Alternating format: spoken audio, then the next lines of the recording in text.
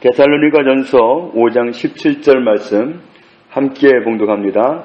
쉬지 말고 기도하라. 아멘. 쉬지 말고 기도하라 그랬는데, 쉬지 말고 이 말을 원어로 보면 끊임없이 계속적으로 중단 없이 그런 뜻입니다. 우리에게 왜 이렇게 언뜻 들으면 오해할 것 같아요. 이야, 정말 딴 데는 전혀 신경도 쓰지 말고 한눈도 팔지 말고 오직 하나님께 기도만 하라고 하는 건가? 라고 오해할 정도로 그렇게도 생각할 수 있겠습니다만은 그런 뜻은 아닙니다. 골로새서 1장 13절에 그가 우리를 흑암의 권세에서 건져내사 그의 사랑의 아들의 나라로 옮기셨으니, 하나님 우리를 흑암의 권세에 매였던 우리였는데 거기서 해방시켜가지고 아들의 나라로, 하나님의 나라로 옮겨 놓으셨습니다. 우리가 비록 지금 땅에 살아도 하늘나라 소속입니다. 예를 들자면 미국 대사가 한국에 와서 삽니다. 그러면 그 사람은 한국에 살아도 소속이 어딥니까? 미국입니다. 자, 우리가 비록 땅에 살지만 우리는 이미 옮겨졌기를 아들의 나라로 옮겨졌기 때문에 우리는 아들의 나라 사람들입니다. 그러니까 우리의 소속은 얼마나 영광스러운 존재로 바뀌었는지요. 그래서 우리 바뀌어진 그 모습을 그리스도 안에 있으면 누구든지 새로운 피조물이라. 이전 것은 지나가 버렸다. 보라 새 것이 되었도다. 또 시편 124편 7절에 우리의 영혼이 사냥꾼의 올무에서 벗어난 새같이 되었나니 올무가 끊어짐으로 우리가 벗어났도다. 우리는 바로 그런 존재가 되었습니다. 그럼 우리가 얼마나 행복한 존재가 되었고 얼마나 우리가 만족하게 살아갈 수 있는 존재가 되었습니까? 그런데도 불구하고 오늘 우리에게 쉬지 말고 기도하라, 끊임없이 중단 없이 기도하라, 이 말씀을 하시는 이유가 있습니다. 우리가 지금 몸담고 있는 이 세상이 누가 임금이죠? 세상 임금 사탄입니다. 사탄이 세상 임금 노릇을 하고 있기 때문에 그 사탄이 세상을 휘둘러서 세상이 어려운 거예요.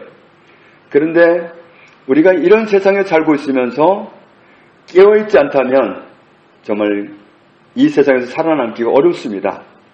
택하신 자들도 할 수만 있으면 유혹하고 미혹합니다. 나는 택함 받았어. 와, 이제 원수 와봐. 그럴 수 있는 사람 아무도 없습니다. 우리는 정말 은혜를 입었지만 원수에게 늘 공격을 당할 그런 여건에서 살고 있습니다. 베드로전서 5장 8절에 그렇기 때문에 근신하라, 깨어라. 너희 제적 마귀가 우는 사자같이 두루다니며 삼킬 자를 찾나니. 우리는 그런 세상에 살고 있는 거예요. 우리가 안 보이니까 지금 못 봐서 그렇지 정말 호시탐탐 노리면서 북한에 가면 5호 담당대가 있다고 하잖아요. 그건 유도 아닙니다. 늘 정말 집요하게 따라다니면서 빈틈을 노리고 우리의 약점을 갖다가 파고들고 걸어 넘어뜨리려 하고 늘 그런 관심만 가지고 줄줄줄 따라다니고 있습니다. 우는 사자같이 삼킬 자를 찾아다니고 있다. 그렇기 때문에 근신하라, 깨어라. 깨어 있어야 된다. 깨어 있지 않으면 곤란하다는 말씀이죠. 디모데전서 4장 1절에 그러나 성령이 밝히 말씀하시기를 9일에 어떤 사람들이 믿음에서 떠나 미혹하는 영과 귀신의 가르침을 따르리라 하셨으니 넘어가가지고 속아가지고 귀신을 따르고 미혹하는 영을 따르는 일이 발생한다. 지금 이단을 쫓아가는 모든 사람들은 거기에 미혹을 받은 사람들입니다. 히브리서 3장 12절에 형제들아 너희는 삼가 혹 너희 중에 누가 믿지 아니하는 악한 마음을 품고 살아계신 하나님에게서 떨어질까 조심할 것이요. 우리는 조심해야 됩니다. 깨어 있어야 됩니다. 깨어 있어야 되는데 마태복음 4장 3절에 보면 사탄은 누구에게까지도 시험하러 갔느냐 하면 예수님한테도 갔습니다. 시험하는 자가 예수께 나와서 이르되 네가 만일 하나님의 아들이거든 명하여 이 돌들로 떡덩이가 되게 하라. 정말 육신을 입고만 있으면 예수님에게도 가는 놈이 그 놈이에요. 그러니까 우리가 나라고 안 오겠어요? 그럴 수 있는 사람 아무도 없습니다. 내가 육신을 담고 있는 한 반드시 옵니다. 늘 찾아다닙니다. 그래서 내가 깨어있지 않으면 곤란합니다. 깨어있어야 되는데 사단은 오는 목적이 뻔합니다. 요한복음 10장 10절에 그는 도둑입니다. 도둑이 오는 목적은 도둑질하고 죽이고 멸망시키고 그것이 목적의 전부입니다. 다른 것 좋은 거 준다는 건 새빨간 거짓말입니다. 100% 거짓말입니다. 사탄은 우리에게 좋은 것 가지고 오지도 않고 가지고 올 수도 없습니다. 다 100%가 사기입니다. 나쁜 거 주려고 사탕발림을 하는 말이지 좋은 걸 줄래야 줄 수가 없습니다. 좋은 걸 잊지도 않고 사탄은 우리에게 뻔한 목적을 가지고 옵니다. 그러면 우리가 어떻게 막아낼 수 있는가? 성경 말씀에 아까 보았던 대로 깨어 있어야 된다. 깨어 있지 않으면 우리가 나라고 안심할 수 있을까? 없다는 겁니다. 그러면 어떻게 깨어 있느냐? 마태복음 26장 41절에 시험에 들지 않게 뭐하라 그랬죠? 깨어 기도하라. 기도하는 사람이 깨어서 기도하는 사람이 시험에 안 들 수 있습니다. 그러니까 하나님과 대화하는 게 기도잖아요. 하나님과 늘 대화하고 있다. 그러면 누가 와서 속삭이면 그게 들리겠어요? 하나님과 선명하게 대화를 주고받고 있는 상황이라면 유혹하는 자가 옆에 와서 뭐 속삭인들 말이 들리겠어요? 안 들리지. 하나님 말씀은 정확하고 내가 하나님 앞에서 정말 온전한 길을 갈 수 있지. 하나님과 대화가 단절될 때 문제가 오는 거예요. 부부간에도 문제가 단절될 때 좀 곤란한 거고 하나님과 대화가 단절되면 문제가 와요. 그 시험하는 자가 늘 찾아다니기 때문에 그건 빈틈을 주는 겁니다. 그렇기 때문에 깨어있어야 된다. 그러면 나는 깨어있는 사람인지 안 깨어있는 사람인지 알 수 있을까요? 알 수가 있습니다. 방법이 있습니다. 골로새서 4장 2절에 기도를 계속하고 기도에 감사함으로 깨어있으라. 기도할 때 하나님을 향해서 입만 벌리면 감사합니다 나오면 깨어있는 사람이. 그런데 감사가 안 나온다. 안 깨어있는 사람이. 안 깨어있는 사람 빨리 깨어나십시오. 그래서 정말 그 감사는 그러니까 지어내는 감사도 아니고 정말 마음에서 우러나오는 감사예요. 정말 얼마나 베푸시는 애가 크고 감사한지 마음에서부터 우러나오는 감사를 자꾸만 표현해요. 뭐 노래를 잘하고 못하고를 떠나서 자꾸만 찬양이 나와요. 그러면서 하나님을 자꾸 높이게 되고 사랑합니다 고백하고 정말 감사하다는 그 고백이 그냥 거미 줄 나오듯이 줄줄줄줄 나오게 돼 있어요. 이런 사람은 깨어있는 사람이다. 그러니까 어느 날 내 입에서 감사가 안 나온다. 그럼 난 안 깨어있는 거예요. 잠드는 거예요. 빨리 깨어나야 됩니다. 깨어있지 않으면 이런 말이 나와요. 하나님께 불평하는 말, 원망하는 말, 짜증내는 말, 이런 말이 나옵니다. 이건 잠들어 있는 모습입니다.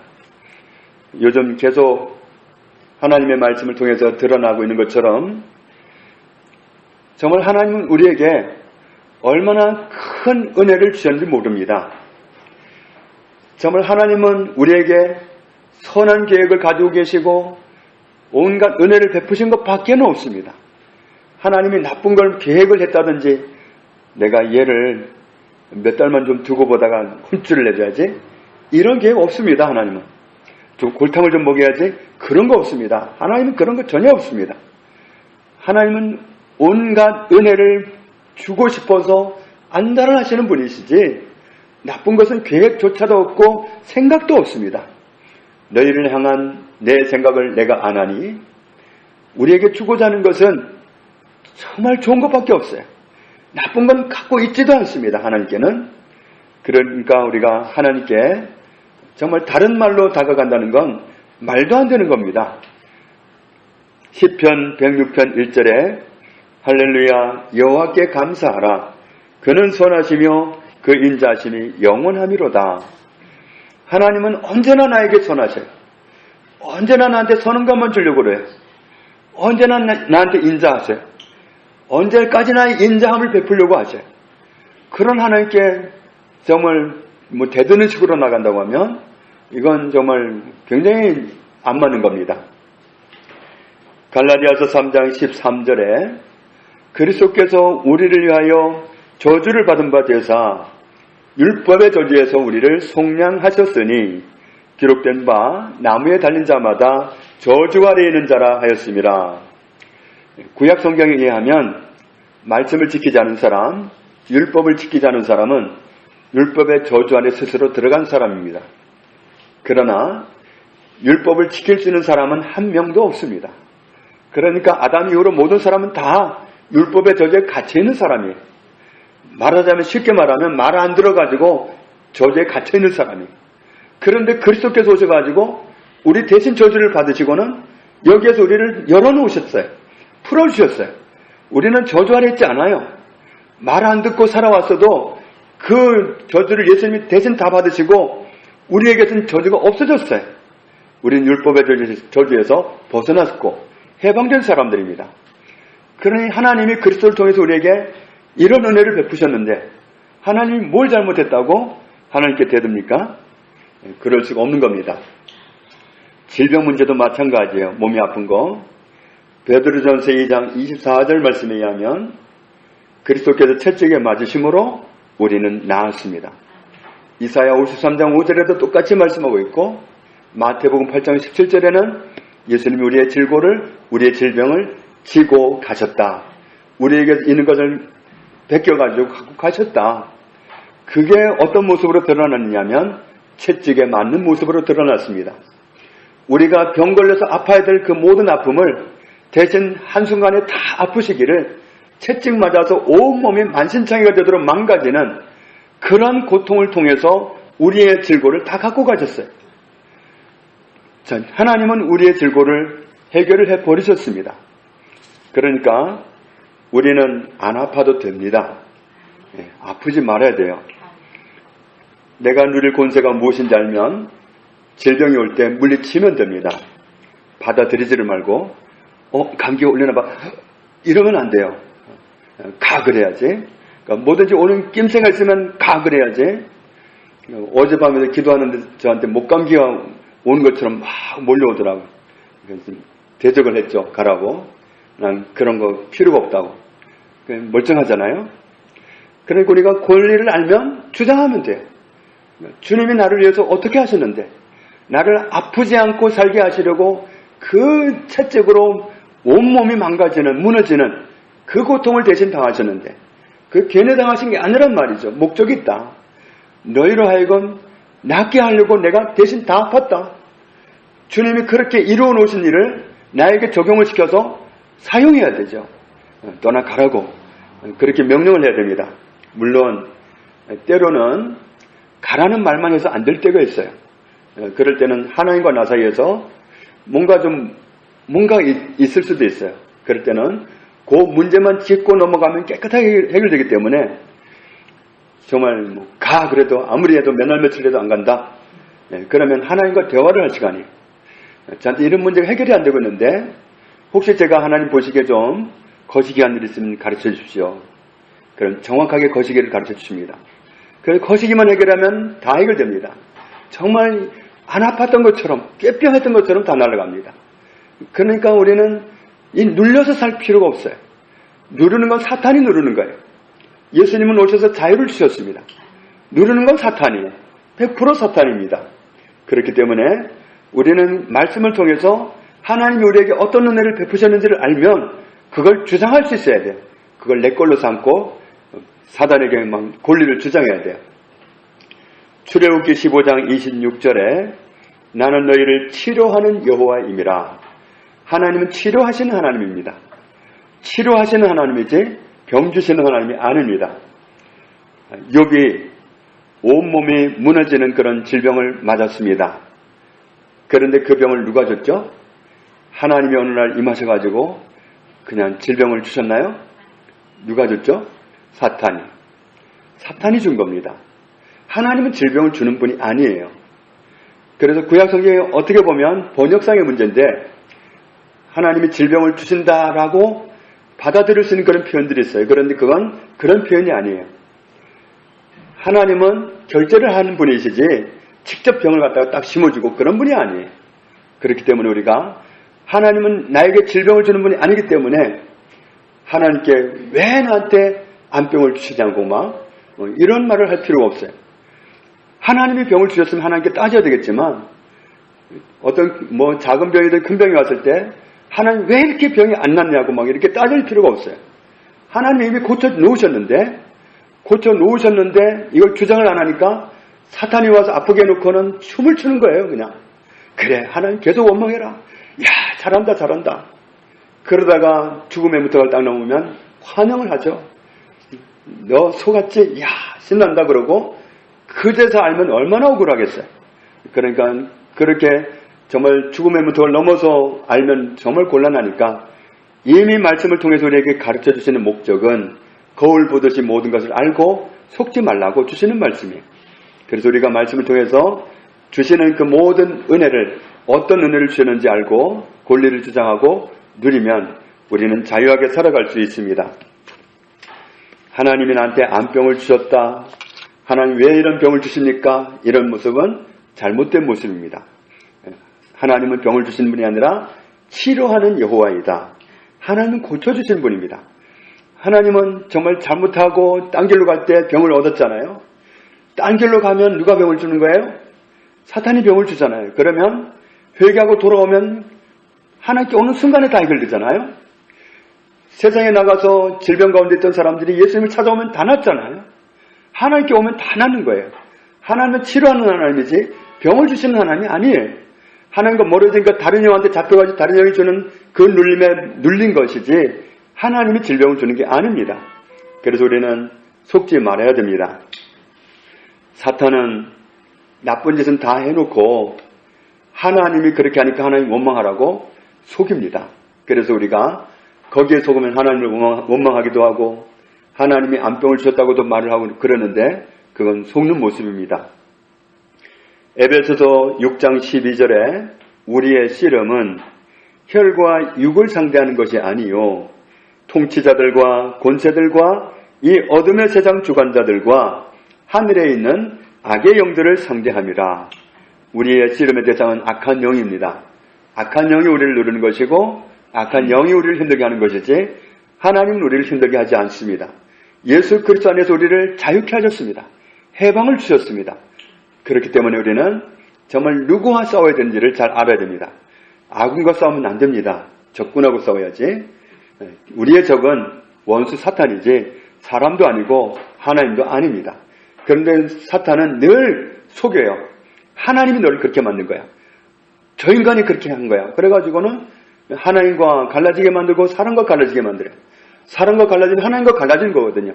너무 잘 알기 때문에 의도적으로 그러는 거예요. 걔들이 몰라서 그런 게 아니라 모르면 좀 가르쳐주면 되겠지만 알면서 그래요. 걔들이 뻔한 거짓말을 하는 거니까.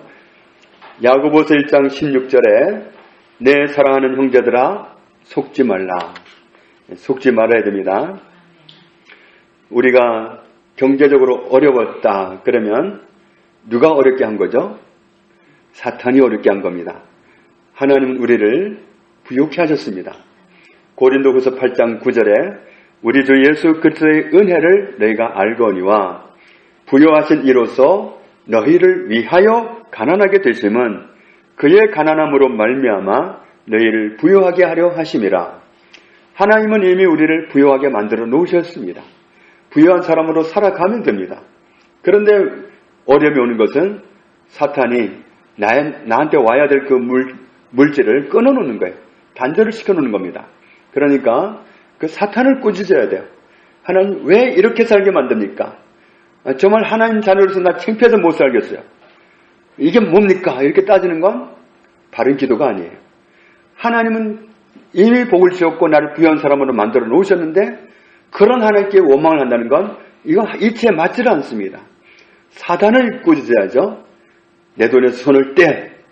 그러면서 정말 우리가 사단을 상대할 일이지 하나님께 정말 엉뚱한 모습으로 다가가는 것은 합당하지가 않습니다.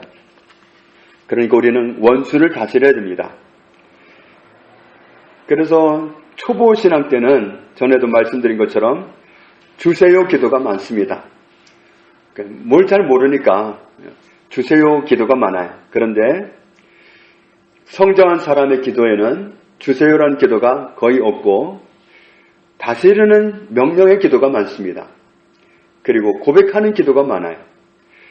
다스리는 기도, 여호수아 10장 12절에 보면 여호와께서 아모리 사람을 이스라엘 자손에게 넘겨주시던 날에 여호수아가 여호와께 아뢰어 이스라엘의 목전에서 이르되 태양아 너는 기브온 위에 머무르라.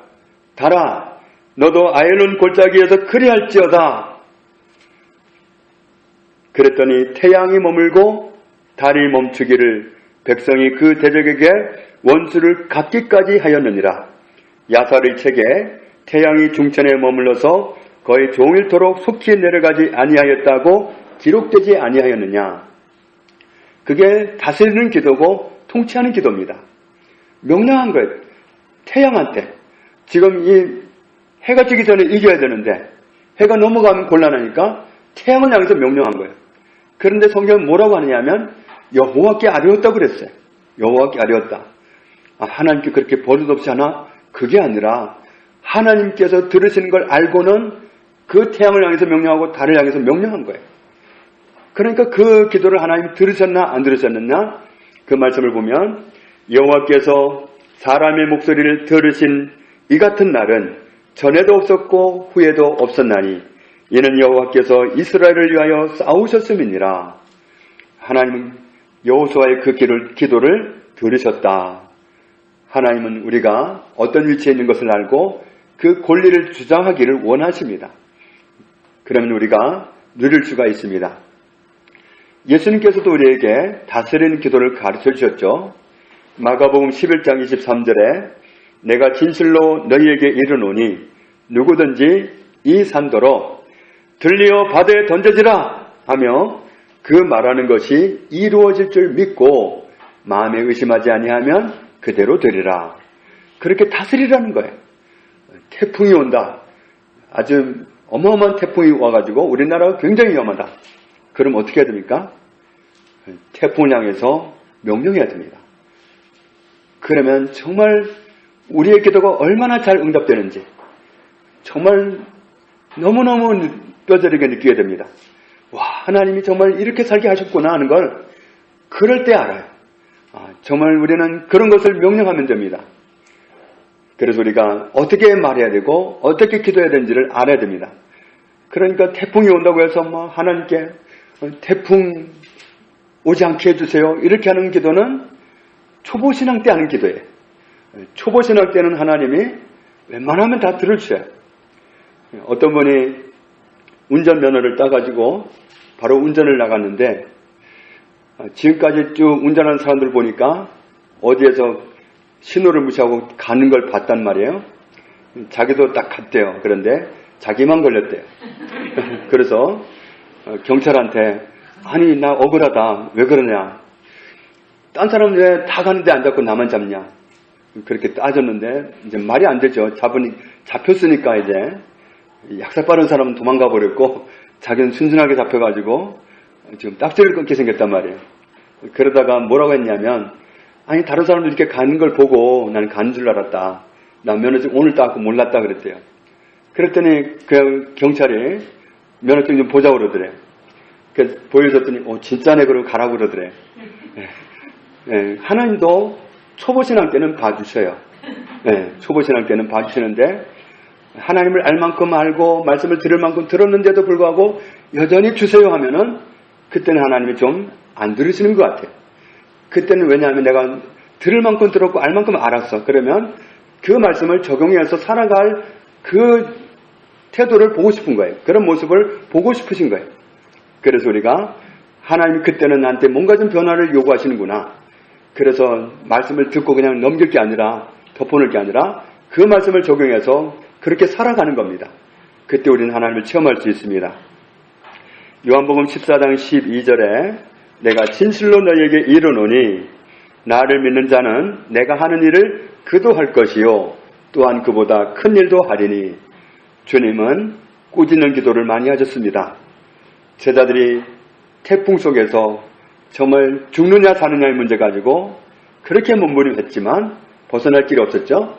주님께 말씀드렸습니다. 주님은 다른 데와 같이 하나님께 기도를 할 줄 알았더니 태풍을 향해서, 바다를 향해서 꾸짖었습니다. 바다가 고요해졌습니다.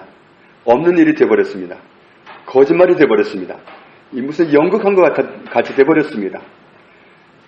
저간 뉘시기에 바람과 바다도 순종하는가? 내가 한 일을 너희도 할 것이요 또한 그보다 큰 일도 하리니. 그런 큰 일도 하는 것은 다스리는 기도로 가능합니다. 명령하는 기도로 가능합니다. 그걸 선포 기도라고 합니다. 그런 기도로 가능한 거예요. 그래서 정말 우리가 성장에 가면 갈수록 내가 예수님처럼 하고 있지 않나? 이럴 정도가 돼야 되는 거예요. 예수님 모든 기도를 가지고 다 무릎 꿇고 주세요 주세요 이런 분이 아니란 말이에요. 상황에 맞게 꾸짖어야 될 건 꾸짖고 명령할 건 명령하고 그랬지. 그래서 우리가 예수님처럼 가면 맞는 거예요. 그래서 내가 한 일을 너희도 할 것이요 또한 그보다 큰 일도 하리라. 우리는 그렇게 사는 것이 맞습니다. 질병도 그렇죠. 때로는 손을 얹어서도 낫게 하시고 때로는 침을 발라서도 낫게 하시고 때로는 베드로의 장물 열병 같은 경우에는 꾸짖었다. 떠나가라 그랬다는 얘기죠. 우리는 그렇게 주님이 하신 그런 모습을 보면서 우리도 그렇게 따라가는 겁니다. 주님이 하신 것처럼 하면 되는 겁니다. 시편 91편을 보겠습니다. 시편 91편 1절부터 3절에 있는 말씀 보면 지존자의 은밀한 곳에 거주하며 전능자의 그늘 아래에 사는 자여 나는 여호와를 향하여 말하기를 그는 나의 피난처요 나의 요새요 내가 의뢰하는 하나님이라 하리니. 3절 같이 읽습니다. 이는 그가 너를 새 사냥꾼의 올무에서와 심한 전염병에서 건지실 것이미로다. 아멘. 자, 이렇게 하나님을 고백하는 기도도 있습니다. 정말 우리가 하나님께 주세요 주세요 떠나가게 해주세요 그렇게 안 하고 정말 명령해서 되는 기도도 있고 고백하는 기도도 있어요. 이런 고백을 하라는 거죠. 하나님께 말하기를 하나님은 저의 피난처십니다. 하나님은 저의 요새십니다. 완벽한 요새입니다. 하나님은 제가 오직 유일하게 의지하는 하나님이십니다. 그런 고백을 하고 살으라는 거예요. 그런 고백을 하고 사는 이유가 뭐냐면 이런 은혜를 입기 때문이다. 이는 그가 하나님께서 너를 새 사냥꾼의 올무에서도 건지시고 심한 전염병에서도 건지실 것이미로다. 하나님이 어떤 하나님이라고 고백하고 사는 것. 정말 명령하는 게 아니라 하나님이 이런 하나님이라고 자꾸 고백하는 거예요. 경제적인 문제도 마찬가지예요. 때로는 사단에게 내 돈 내놔 할 수도 있겠지만 하나님을 고백하는 거예요. 말씀에 근거해서 고린도서 8장 9절에 이어서 하나님 저를 부유한 사람으로 살게 주신 정말 감사합니다. 하나님께서는 저에게서 가난을 다 가져가 버리시고 저를 부유한 사람으로 만들어 주셔서 감사합니다. 빌립보서 4장 19절 말씀에 하나님 제 모든 쓸 것을 책임지시는 하나님, 공급하신 하나님이니 정말 감사합니다. 이렇게 말씀 가지고 자꾸 고백하는 거예요. 그건 대놓고 사단을 향해서 명령하는 것, 그것도 방법이고 이렇게 말씀을 고백하는 것도 방법이에요. 고백하는 것도 방법입니다. 하나님 이런 하나님입니다. 하나님 저에게 기쁨을 주신 하나님이십니다. 하나님 저에게 평안을 주셨습니다. 정말 이렇게 자꾸 고백하는 거예요. 다윗이 이렇게 고백하잖아요. 여호와는 나의 목자시니 내게 부족함이 없으리로다. 그건 그의 고백이란 말이에요. 정말 누구를 꾸짖는 그런 선포기도가 아니라 하나님이 이런 하나님이다 하고 내가 믿는 하나님을 그대로 고백해드리는 거예요. 그 고백은 우리를 벗어나게 한다. 지독한 전염병에서도 건져주시고 그리고 새 사냥꾼의 올무와 같은 그런 사단의 올무에서도 벗어나게 하시고 사단이 올무를 놔봐야 소용이 없어요. 내가 하나님이 이런 하나님이라고 고백하면 그 올무를 다 걷어버리시는 거예요. 그러니까 우리가 하나님이 이런 하나님이라고 성경에서 발견하는 대로 고백하는 게 능력입니다. 그게 능력입니다. 에스더가 나라가 위기에 처했을 때 나라를 구원하고 싶었습니다. 그런데 이 문제를 해결하려면 왕을 찾아가면 빠릅니다. 그런데 자기 남편이 왕이니까 얼마나 편하겠어요? 그러나 그렇게 기뻐할 수 있는 상황이 아니었죠. 한 달을 왕을 못 봤어요. 그런 상태에서 왕을 보러 나갔을 때 왕이 자기를 환영하는 메시지를 하면 살아남을 수 있지만 환영 안 해주면 그 자리에서 죽음을 당할 수도 있어요. 그때 그는 하나님께 3일을 금식기도 하고 나서 내가 죽으면 죽겠습니다 하고 나갔어요. 목숨을 걸고 나갔단 말이죠. 그러나 우리는 하나님을 항상 배워도 그런 마음으로 안 나가도 됩니다. 히브리서 4장 16절에 그러므로 우리는 긍휼하심을 받고 때를 따라 돕는 은혜를 얻기 위하여 은혜의 보좌 앞에 담대히 나아갈 것이니라. 우리는 하나님께 항상 담대하게 나갈 수 있습니다. 하나님 앞에 있습니다. 우리는 하나님 앞에서 고백하면 되고 하나님 앞에서 명령하면 되고 하나님 앞에서 선포하면 되고 하나님 믿고 나아가면 돼요. 담대하게. 하나님 우리에게 정말 금호를 안 내미시는 분이 아니에요. 나아가면 기뻐하시고 환영하시는 분이에요. 정말 세상에 나가서 정말 하나님 주신 모든 것을 다 탕진해버리고 정말 알거지가 돼서 돌아왔을 때 그때에도 하나님은 정말 어쩔 줄 몰라가지고 환영하시는 그런 하나님이에요. 하나님 우리가 돌아오면 하나님 품으로 오기만 하면 하나님을 의지하기 위해서 오기만 하면 대환영을 하시는 분이 하나님이에요. 그렇기 때문에 우리는 그 하나님 앞에서 담대하게 살아갈 수 있어요.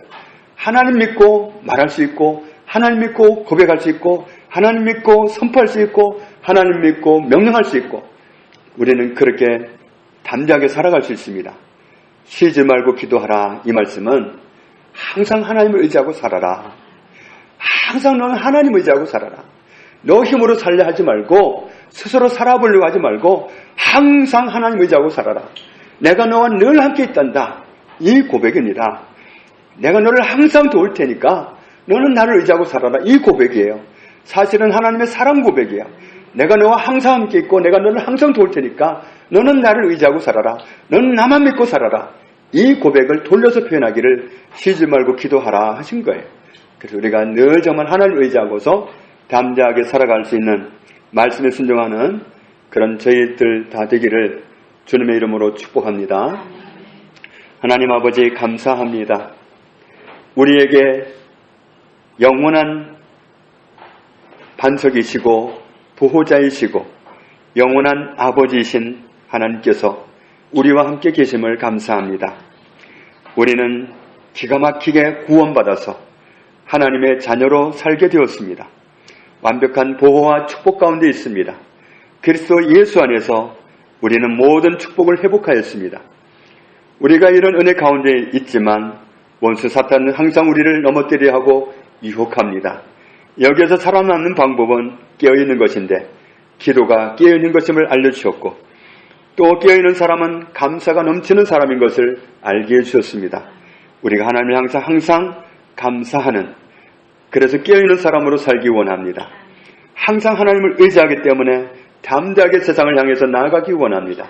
하나님 믿고 하나님 의지하고 담대하게 살아가는 그 모습이 바로 쉬지 않고 기도하는 모습이겠사오니 우리가 일평생 남은 세월 살아가는 동안 그렇게 살아갈 수 있도록 도와주옵소서.